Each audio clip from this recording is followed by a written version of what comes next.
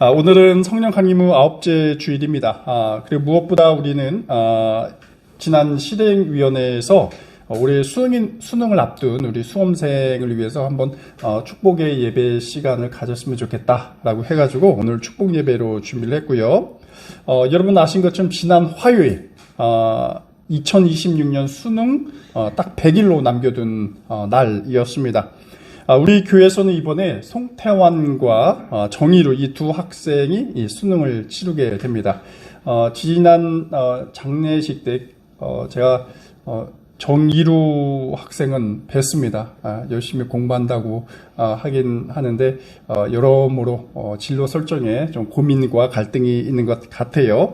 그럼에도 불구하고 이 두 학생이 지금도 열심히 학업에 집중을 하고 있습니다. 대학에서 원하는 공부할 수 있도록 여러분께서 함께 기도해 주시면 감사하겠습니다. 오늘은 창조적인 삶으로의 초대라는 제목으로 함께 말씀 나누겠습니다.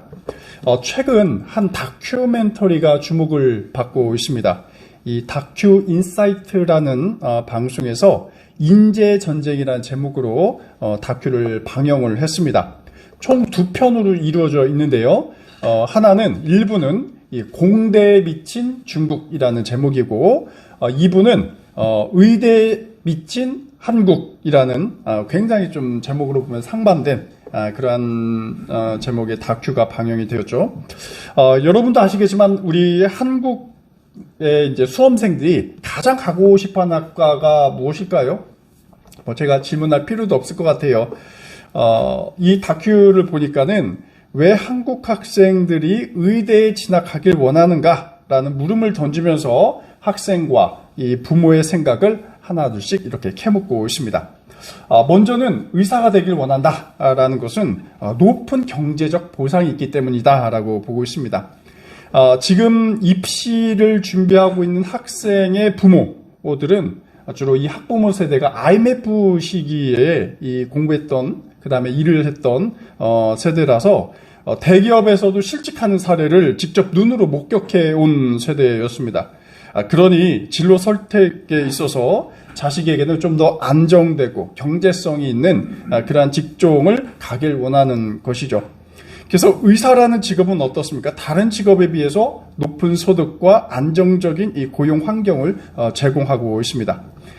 또 이제 추가적으로 말씀드리면 결혼 정보 업체의 좀 그런 정보를 보면 가장 선호하는 1등급 사람을 등급으로 매기기 그렇지만 1등급 배우자 직업이 바로 이 의사와 같은 이 메디컬에 종사하는 사람들입니다.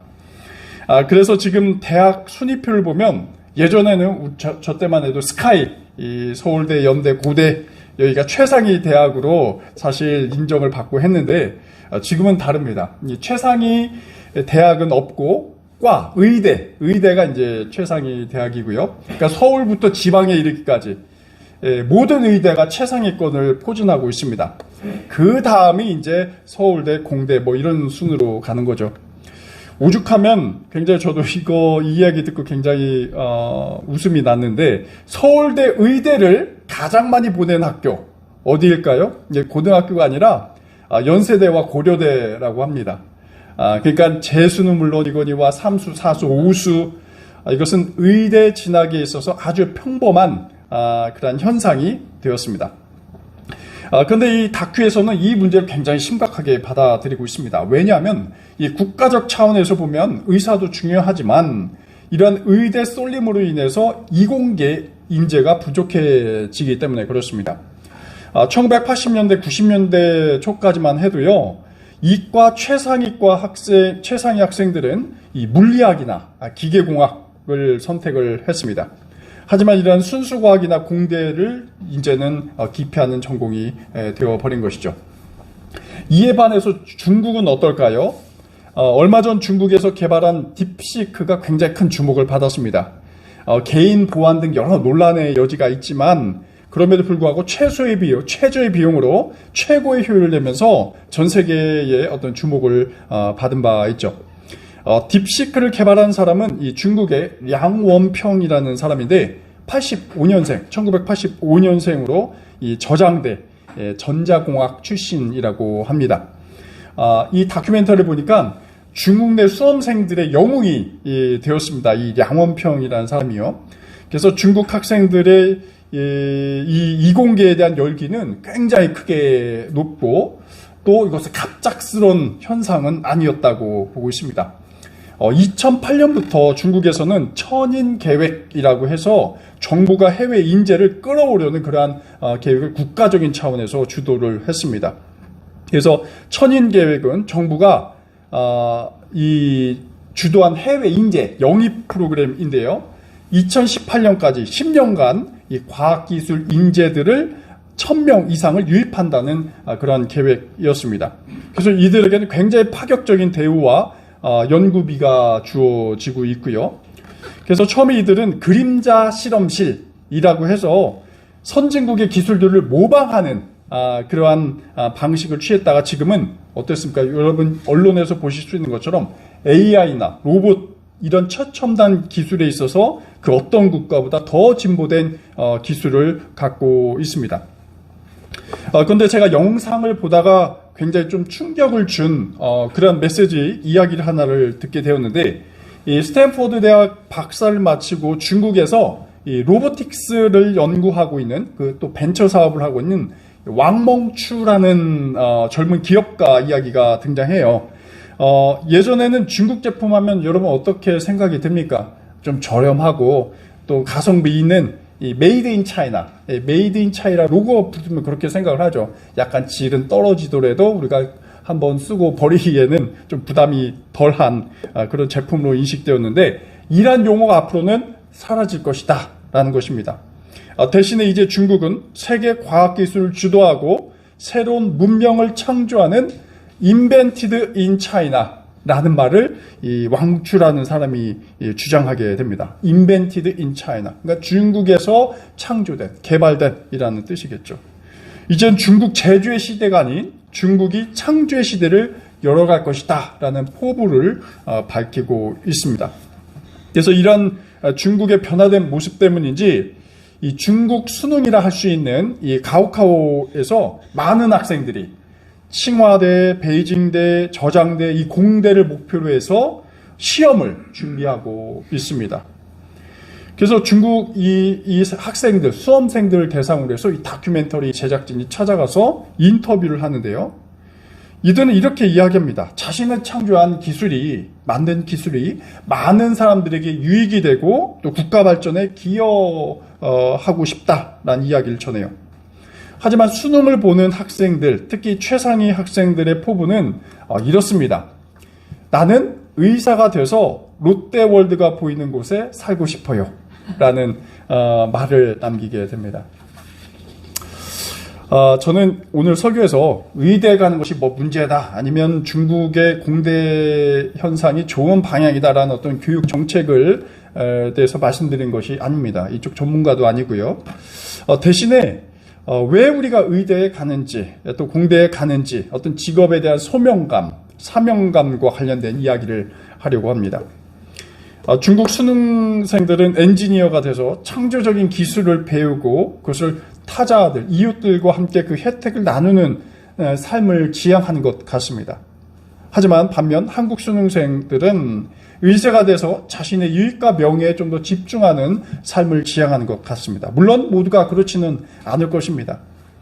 하지만 이러한 사고가 고착화되는 사회적 분위기나 또 한국의 기성세대, 또 물질주의적 가치 추구는 점점 공부하고 있는 학생들의 생각을 좀 더 좁게 하고 편협하게 하고 자기주의로 빠뜨리는 것은 아닌가, 이렇게 의구심이 들게 됩니다.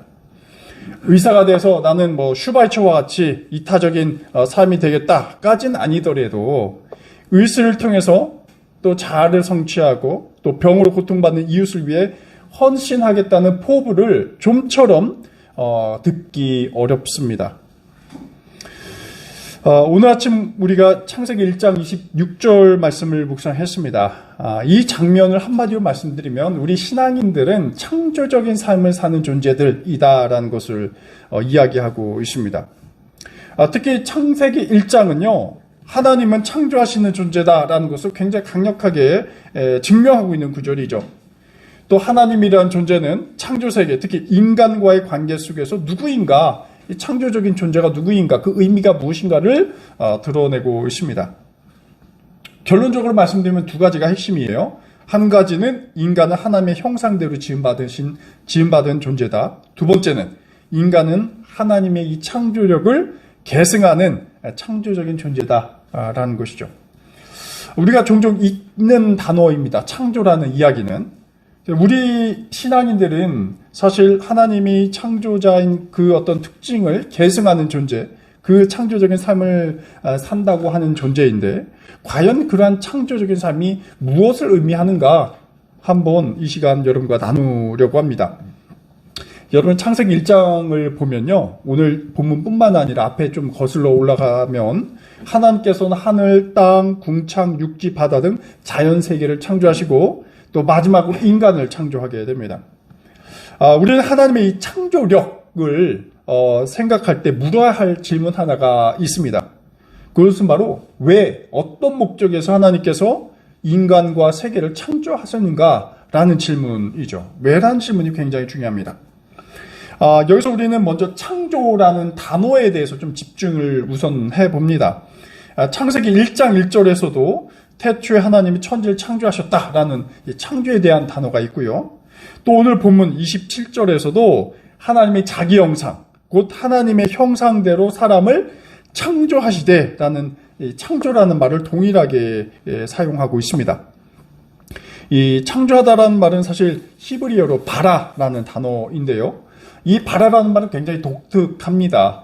왜냐하면 바라라는 동사인데 그 주어가 뭐냐면 항상 하나님만 사용이 되어 있어요. 우리 인간은 이 바라라고 쓰지 않습니다. 인간이 만든 행위는 어떻습니까? 어떤 물질, 유형의 어떤 재료를 가지고, 소재를 가지고 만들죠. 그래서 이런 단어는, 이런 의미로 히브리어로 이제 아싸라는 단어가 있는데, 그런 단어를 쓰고 인간에게 붙이는 것은, 바라라는 것은 주어가 항상 하나님만 이렇게 구성되어 있습니다. 그런데 이 하나님께서 창조하신 이 창조 행위라는 것은 어떤 의도가 항상 담겨져 있어요. 이 의도. 왜 창조했냐라는 것이죠. 그래서 그 의도를 창세기 1장에서는 한 3가지 정도로 밝히고 있습니다. 첫째, 그 이유는 바로 질서를 창조하기 위해서입니다.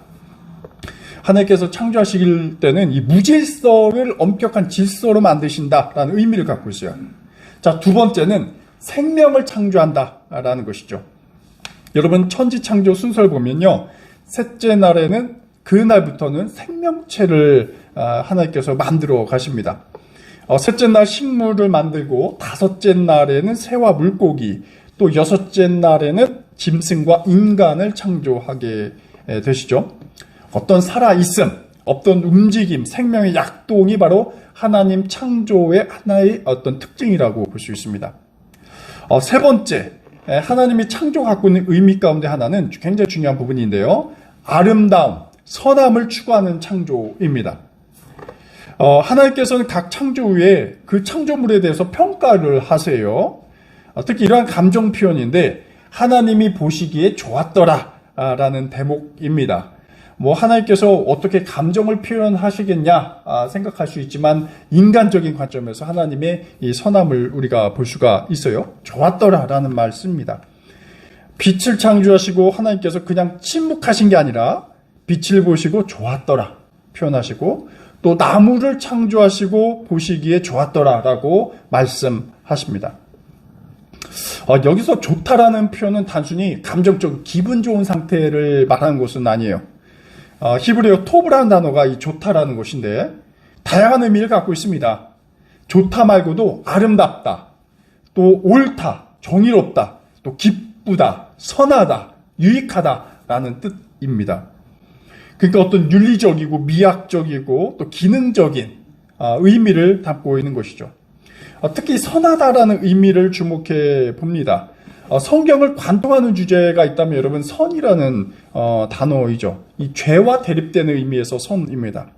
그래서 성경에서 묘사하는 인간이라는 것은 끊임없이 죄로 기울어진 존재인데요, 즉 선을 잃어버린 존재라는 것입니다. 하지만 하나님을 믿는다는 것은 바로 이 선을 찾는 행위로 묘사가 되고 있습니다. 여러분, 이 복음서 탕자의 비유가 대표적인 이 선과 관련된 이야기라고 볼 수가 있어요. 이 이야기는 물론 이제 아버지를 떠난 탕자가 다시 아버지께 돌아오는 어떤 죄에 대한 회복이라고 볼 수가 있긴 하겠지만, 인간의 궁극적인 선을 찾기 위한 어떤 인간의 모험을 그리고 있습니다. 이야기 간단히 말씀드리면 아버지 곁을 탕자가 떠나게 되죠. 아버지로부터의 독립을 단순히 말하지는 않습니다.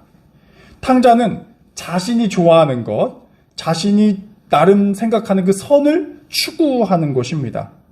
또 그 탕자 생각에 보면, 아들 생각에 보면 선이라는 것은 자유이고 아버지로부터의 해방이라고 생각을 했습니다. 하지만 그가 구축한 그 좋은 것, 선의 토대는 무엇이었습니까? 자신의 아버지가 갖고 있는 물질적인 재산이었죠. 내가 아버지의 물질만 갖고 있으면 참된 선을 쟁취할 것이다 라고 보았습니다. 그래서 어떤 인간적인 탐욕에 기반한 것이었죠. 하지만 탕자는 그것이 선이라고 보았습니다. 탕자를 따르던 사람들은 어땠습니까? 탕자가 돈이 있을 때는 함께 어울리다가 돈이 떨어졌을 때는 친구가 되지 않죠. 그 곁에서 떠나게 됩니다. 그래서 결국 탕자는 변하지 않는 선, 그것은 바로 아버지 곁에 있을 때만 존재한다는 것을 깨닫게 되는 것이죠. 그래서 이 탕자의 비유에서 말해주는 그 선이라는 것은 결국 하나님의 창조와 목적과 방향을 말해주고 있습니다. 하나님께서 창조하신 것, 우리의 삶이라는 것은 바로 이러한 선을 추구한다라는 것이죠. 그래서 오늘 본문에서도 말하는 하나님은 이렇게 세 가지 창조 목적을 인간과 세계의 관점에서 해석을 하고 이렇게 보고 계시는 것이죠. 그러니까 질서의 창조, 생명의 창조, 선함의 창조입니다.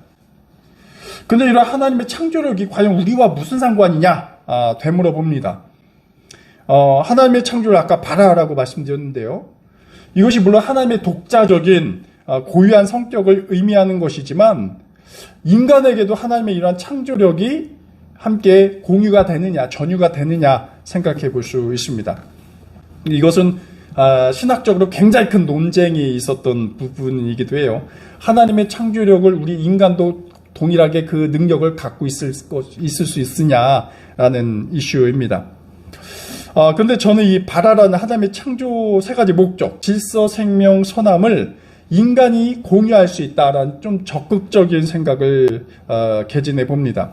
그 근거가 뭐냐면 오늘 읽은 26절, 27절의 말씀입니다.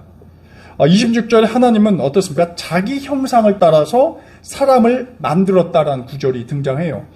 다른 자연세계라든지 동물이라든지 짐승을 창조하실 때는 자기 형상, 하나님의 형상대로 창조했다고 나오진 않습니다. 하지만 이 하나님께서 인간을 창조하실 때는 자기 형상을 따라서 창조했다고 아주 특별하게 표현을 하고 있습니다. 이 말은 인간의 외모가 신에 닮았다라는 어떤 피지컬한 측면을 이야기하는 것은 절대 아니겠죠. 이 말은 인간의 성품, 속성, 내면이 하나님과 같다라는 어떤 공유된 그 지점을 이야기하는 것입니다. 하나님께서 창조적인 삶을 사신 존재라면, 또 그러한 삶을 만드신 존재라면 인간도, 우리 신앙인도 그러한 존재의 삶을 살아가야 한다는 어떤 목적의식을 말해주고 있습니다. 그것은 바로 우리의 삶, 창조적인 삶, 우리가 일할 때, 공부할 때 하는 것은 질서와 생명과 선함을 추구하는 것, 여기에 있다라는 것이죠. 우리같이 매일같이 일을 하고요, 또 직장이든 학교든 글을 쓰고 노동하는 이 행위를 하죠. 이 행위는 결국은 이 창조적인 행위일 수밖에 없습니다. 왜냐하면 성경이 증거하는 것처럼 우리는 창조적인 존재, 그리고 하나님의 형상대로 지음을 받았기 때문에 그렇습니다. 그래서 창조적인 삶을 산다라는 것은 질서를 세우고, 무질서에서 질서로, 또 죽임에서 생명으로, 그 다음에 악함, 죄에서 선함을 추구하는 것이라 말씀드릴 수 있습니다. 우리가 만든 것이 타자의 삶을 훼손하거나 자연을 망치던가 누군가에게 절망을 가져준다면 그것은 창조 행위가 결코 아니죠. 오늘 우리 상황으로 한번 돌아와 봅니다. 입시 업계에 따르면 올해 수능을 보는 수능생들이 굉장히 많대요. 황금 돼지띠라고 하는데 2007년생으로 49만여 명의 N수생 포함하면 총 60만 명 그 이상으로 좀 보고 있다고 합니다. 그리고 N수생의 숫자가 점차 앞으로 늘어날 거라고 봐서 현재 그 수능을 보는 학생들 그 배로 많아질 거라고 이렇게 예측을 하고 있습니다. N수생이라고 하죠. 이 재수, 삼수, 사수 하는 N수생의 상당수는 이 메디컬, 의치안학수죠. 의대, 치대, 한의대, 약대, 수의대, 이 메디컬 계열 염두에 두고 수능을 치는 학생들을 보게 됩니다. 의학 계열에 이렇게 수많은 학생들이 지원하는 것은 어쩜 불안정한 사회에서 안정된 삶으로 나아가는 가장 확실한 방법일 것입니다. 최고의 고급 인재가 의학 계열로 나가서 연구와 치료를 하는 것 당연한 것일 것이고 또 이들에 대한 정당한 대우도 우리는 납득할 수 있습니다. 하지만 이러한 진로 설정이 자기 출세를 위한 것인지 아니면 창조적인 삶을 위한 것인지는 점검해 볼 필요가 있습니다. 이는 의대뿐만이 아니죠. 모든 직업, 직군이 다 그렇습니다. 학문도 마찬가지고요. 이러한 방향으로 학생들의 삶을 유도해 나가는 기성세대와 사회적인 문제도 함께 점검해 볼 필요가 있습니다. 특히 신앙의 관점에서 중요한 것은 창조적 삶을 지향하는가가 하나의 판단의 중요한 지점이 될 수 있습니다. 창조적 삶은 우리의 혼란스러운 삶을 어떻게 질서로 가져다 주는지 또 생명을 가져다 주는지 그렇게 함으로써 선한 존재로 살아가는 그 공동체를 만들어줄 수 있는 것인지 이런 가치를 우리가 진로 설정에 있어서 고민을 한다면 훨씬 사회적으로나 국가적으로도 큰 도움이 되지 않을까 생각이 듭니다. 60만 명에 가까운 수험생들이 과연 공부하는 이유는 무엇인지 왜 의대를 가고 싶은지 왜 공대를 가고 싶은지 아니면 다른 학문의 장으로 뛰어드는 이유가 무엇인지 성찰할 필요가 있죠. 단순히 공부해서 남주자라는 어떤 이타적인 삶의 가치를 말씀드리려는 것은 아닙니다. 우리가 신앙의 관점에서 그 시선에서 삶을 조명해 볼 때 우리는 무언가를 창조해가는 능력을 하나님으로부터 받았다라는 인식이 굉장히 중요하죠. 이것은 사실 수험생뿐만 아닙니다. 지금 우리도 마찬가지죠. 내가 하고 있는 일을 통해서 과연 나는 어떤 자아실현을 할 수 있고 이것이 삶 속에서 어떤 창조적인 삶, 그 다음에 사람들에게 선한 가치를 영향력을 펼칠 것인가. 이거 굉장히 중요한 직업에 대한 태도라고 볼 수가 있겠습니다. 창조적 삶은 사실 예수와 그의 제자들이 추구했던 부분이기도 합니다. 또 우리가 본 것처럼 안전한 길이 아니라 굉장히 도전적인 챌린징하는 그러한 길이었죠. 베드로 같은 사람들도 자기가 안정된 어찌 보면 나름 물고기 잡는 어부로서의 직종을 버리고 예수를 따른 그러한 삶을 선택을 했습니다. 그 창조의 길이었죠. 수많은 위험이 도사리고 있을 수도 있습니다. 하지만 하나님께서 인간과 세상을 창조하시고 말씀하신 것처럼 보기에 좋았다라는 고백이 우리 삶 속에 필요한 것이죠. 내가 이 일을 공대에 가서 내 삶에 만족하다. 하나님께서 보시기에 좋았다라는 고백이 과연 있을까? 그러한 삶의 어떤 가치 판단 기준이 필요합니다. 과연 우리 사회는 보기 좋은가? 보기에 선한가? 창세기 1장에서 말씀하신 그 하나님의 메시지가 아직까지도 지금 우리에게 유효합니다. 우리 교회 수험생인 송태환, 정희루 이 두 학생이 열띤 경쟁 속에서 때로는 스트레스를 받는 상황에 있을 수 있습니다. 또 진로에 대해서 수많은 고민을 부모와 가족도 함께 하리라 생각이 듭니다. 하지만 이러한 때 우리가 신앙인으로서 창조적인 삶을 살아가도 기회를 제공하는 전공, 또 하나님께서 주신 달란트를 창조적으로 쓸 수 있는 학문으로 이어진다면 우리 학생들이, 두 자녀들이 훨씬 더 삶의 가치와 의미를 찾을 수 있겠다 보여집니다. 앞으로 100일간의 여정이 더 남아 있습니다. 우리 낙산교회 교우님들께서 이 두 학생과 또 가정을 위해서 기도해 주시길 간절히 기원합니다. 보다 창조적인 존재로 성장할 수 있도록 또 선한 존재로 나아갈 수 있도록 축복해 주시길 빕니다. 기도하겠습니다. 창조주 하나님, 혼돈과 공허 속에서도 질서를 세우시고 어둠 가운데 빛을 말씀하신 주님을 찬양합니다. 이 시간 수능을 앞두고 하루하루를 견디는 우리 수험생들을 기억해 주옵소서. 결과와 성취에 얽매이기 쉬운 이 시기에도 하나님의 형상으로 창조된 자신들의 존재 가치를 잊지 않게 하시고 남과 비교하며 흔들리는 마음보다는 하나님의 시선 안에서 보시기에 참 좋은 존재임을 확신하게 하옵소서. 무엇보다 세상의 출세와 성공을 넘어서 이웃을 품고 공동체를 세우며 하나님 나라를 꿈꾸는 창조적인 삶으로 이끄시는 주님의 뜻을 쫓아 살아가는 믿음의 사람 되게 하옵소서. 예수 그리스도의 이름으로 기도드립니다. 아멘.